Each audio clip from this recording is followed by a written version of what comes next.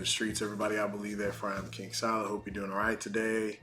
Been a little bit of a minute, but we're back with another piece of content for you. Obviously, so you can see the title, Top 5 Lessons About Being a Big Homie.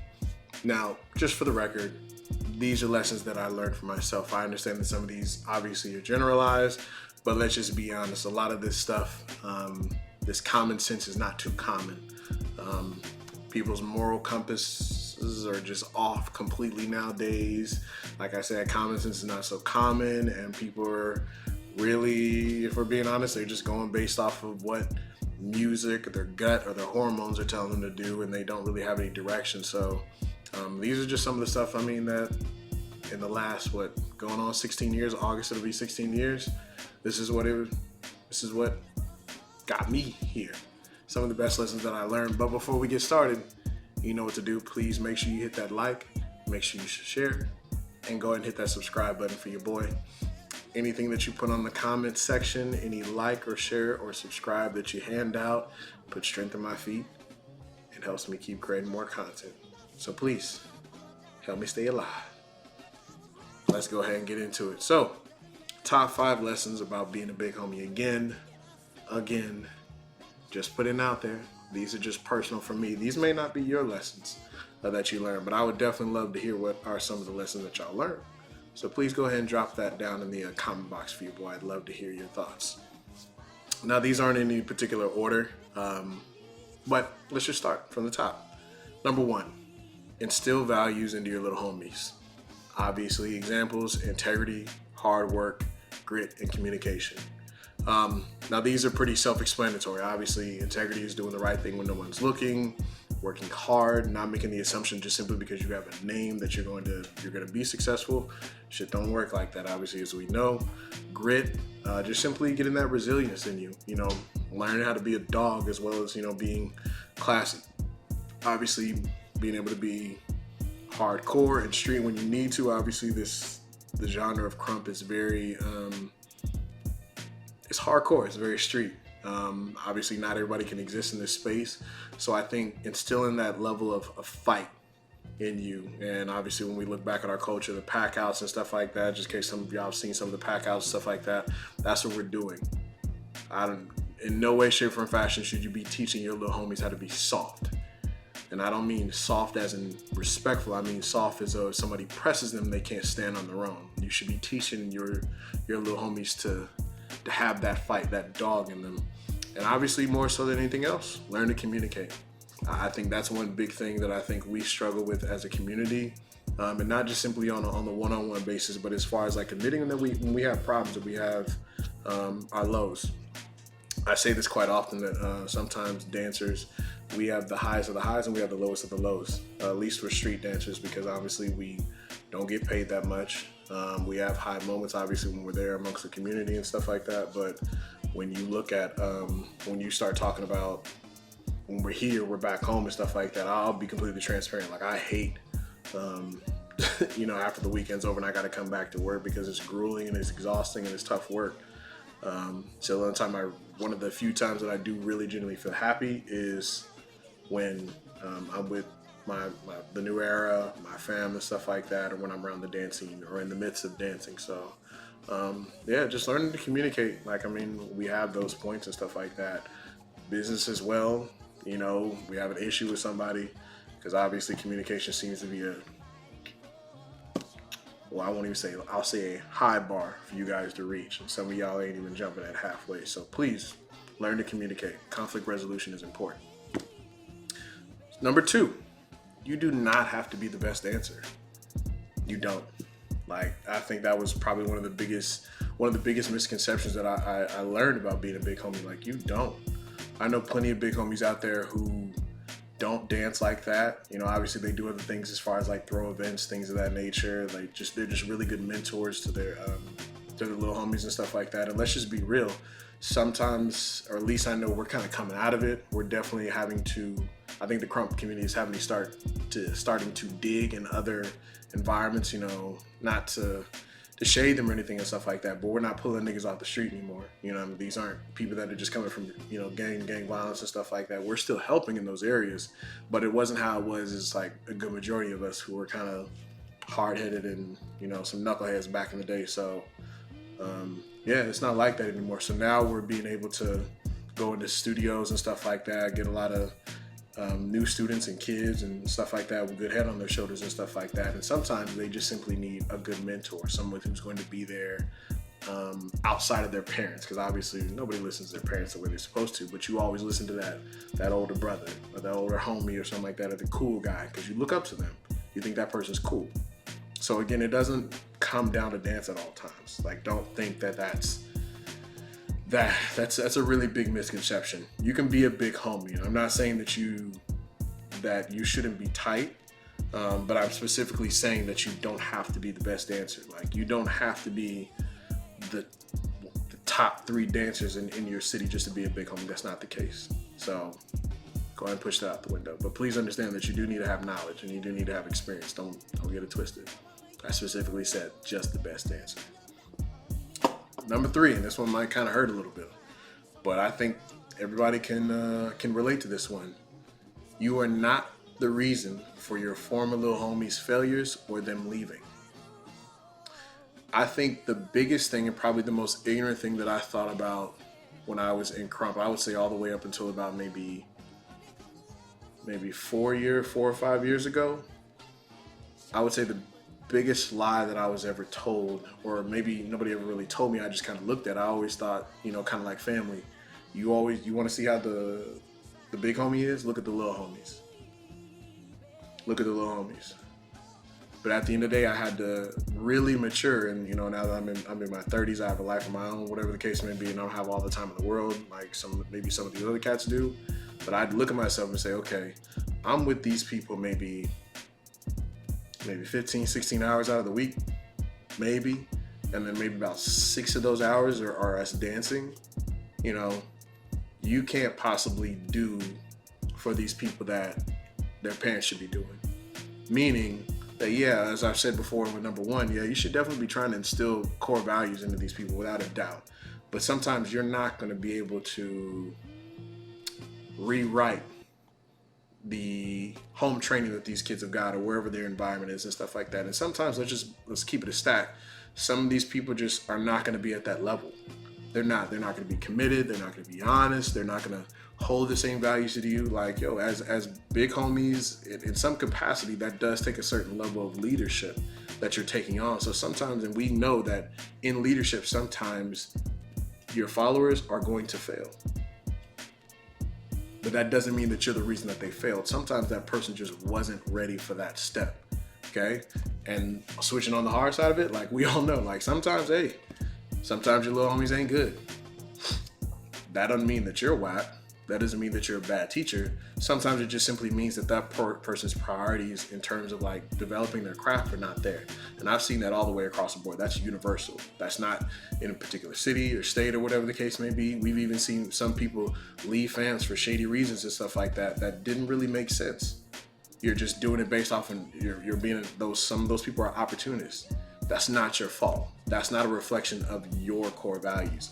Sometimes people just have ulterior motives and they have agendas because they think that it's going to get them to something that is going to make their life better, but which we've seen about a good 85% of the time, the grass is not greener on the other side. It's just tall as shit. But then when you get over, you realize the grass is taller over there because it ain't been maintained. That person over there is not maintaining their yard the way they're supposed to. So you are not the sum total of every little homie's actions. It's okay. You're going to get shit on, you're going to get mistreated and stuff like that. Again, that's just the role that we take. The objective is if they're able to take one thing from you, and hold on to that, and if it's legitimate and it's good, inherently good, then you did your job. You can't teach everybody everything. Sometimes that person needs to go over there and realize, oh, wow, it's crappy over here. And guess what? We see them. because they all fall by the wayside. There's some across the United States right now that I'd be looking at, be like, ooh, you thought you was finna get over there on that boat, didn't you? You thought it just gonna be smooth sailing. Psych, you get sunk. So, again, just to say it again, you are not the reason for your former little homie's failures or them leaving. Number 4, skills will never compare to knowledge. Let me say it again. Skills will never compare to knowledge. Now, people say, obviously, when you think about something, when you think about skill, it's something that you develop over time. Now, let's just be real. Sometimes some people just have natural ability. Okay? Obviously, somebody who is respectful, not to call him out or anything, but like Lionheart compared to me. Like Lionheart obviously can move a hell of a lot better than me. So he has a lot more skill and mobility. That may not necessarily mean that that's something that he's just worked on constantly. It just may just like naturally his body's able to do it. But it's still a skill set that he's able to access on his own.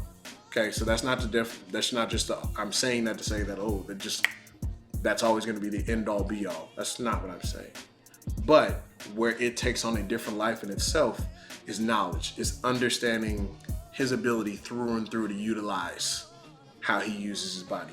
Can he take that and break that down and give that to Medusa and say, okay, this is how it works for me? Now, you may not necessarily have obviously we know the biological differences between those two, but he can also break that down and give that to her and say, okay, hey, this is how this is going to work. This is how this could work for you. Maybe I'm a little bit more explosive and stuff like that. Okay, well, maybe your movements are a little bit more fluider. So it doesn't mean that you necessarily can't do this. It just simply means that we have to take a different approach. Now, that's just an example as far as in terms of what I'm talking about when it just simply comes to the application of dance. When we talk about knowledge, we're also talking about knowledge overall in terms of the culture, the history, the people. Like, knowledge is accumulated over time. It's not something that you just pick up. Because you can pick up a skill set of how to do a jab in 2-3 days? If you really get it, if you really drill it over and over and over again, knowledge is something attained over time. You get educated over a short period of time. That's why old people are so wise, because it's knowledge. It's obtained through experience and trial and error and stuff like that.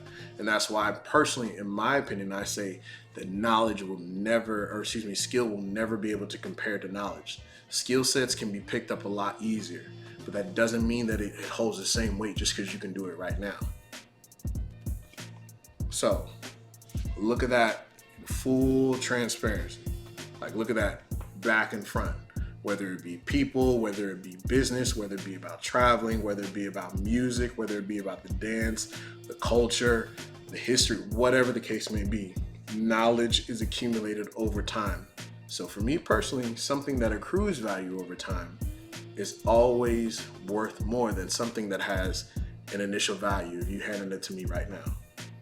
That's why you always see those crazy examples. People be like, oh, would you rather have, $1,000 right now, or for the next 6 months, every day you get $50.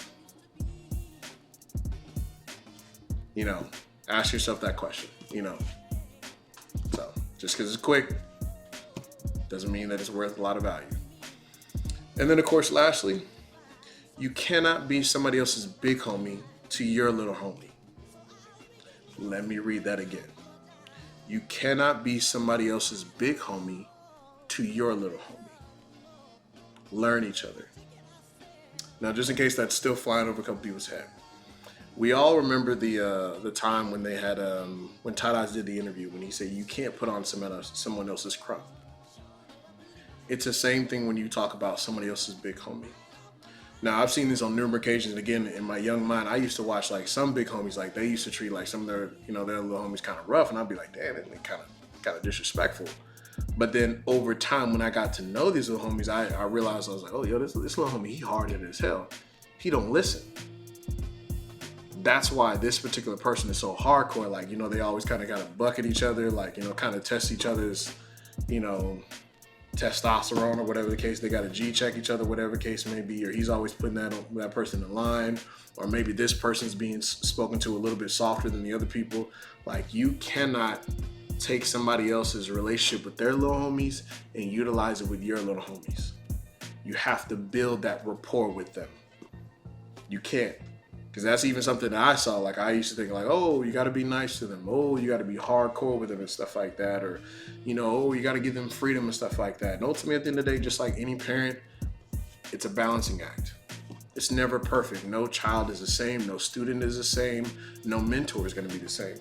And again, you can't compare, which I did was a mistake that I made, is like, you can't compare a 10-year relationship to a 10-month. It just don't work like that. Again, you have to learn each other, and they have to learn you. More importantly, they have to understand, they have to see where you're going. I'll just simply put it out there, like, instinct will tell you, I do a lot of crazy stuff to like to keep her, you know, on the balls of her feet, so to speak. You know, keep her on her toes, excuse me. Talented and stuff like that, absolutely. You know, but there's a type of relationship that we have, that how we have to interact. And okay, I might troll her for a little bit, and then I might be tough on her, whatever the case may be. And she's a very resilient individual, so that I'm not concerned about her breaking, so to speak. And yes, there have been times where, you know, she has some tough periods and stuff like that, but we see where it got her. And she sees why I did what I did in the past, because she's this type of person. Okay, then I need to push you to this level. And then I need to make sure you understand why I'm pushing you to this level. That's the relationship that we had to build. I can't be, you know, I don't know how B-side treats his little homies or whatever the case may be, but I can't, you know, okay, we're gonna do this like this. I don't know their relationship. How do I know that, you know, he's doing that for a particular reason? Oh, that person's hardhead. That's why B-side is cussing out his little homies. Figuratively speaking. But again, we've seen how people get down. We see how hardcore it was back in the day. We see how Tight Eyes did, little homies, how Miho gets down, Solo, Crush, everybody. Al, like, I mean, y'all see it. It goes across the board, you know? So understand, you cannot be someone else's big homie to your little homies. You have to build that relationship with them and then start doing what you need to do to build that rapport with them. Simple as that. So that's all I got. Those are my top biggest lessons as far as being a big homie. I'd love to hear yours. Drop them in the comment what your thoughts are. Catch you on the next one. Peace.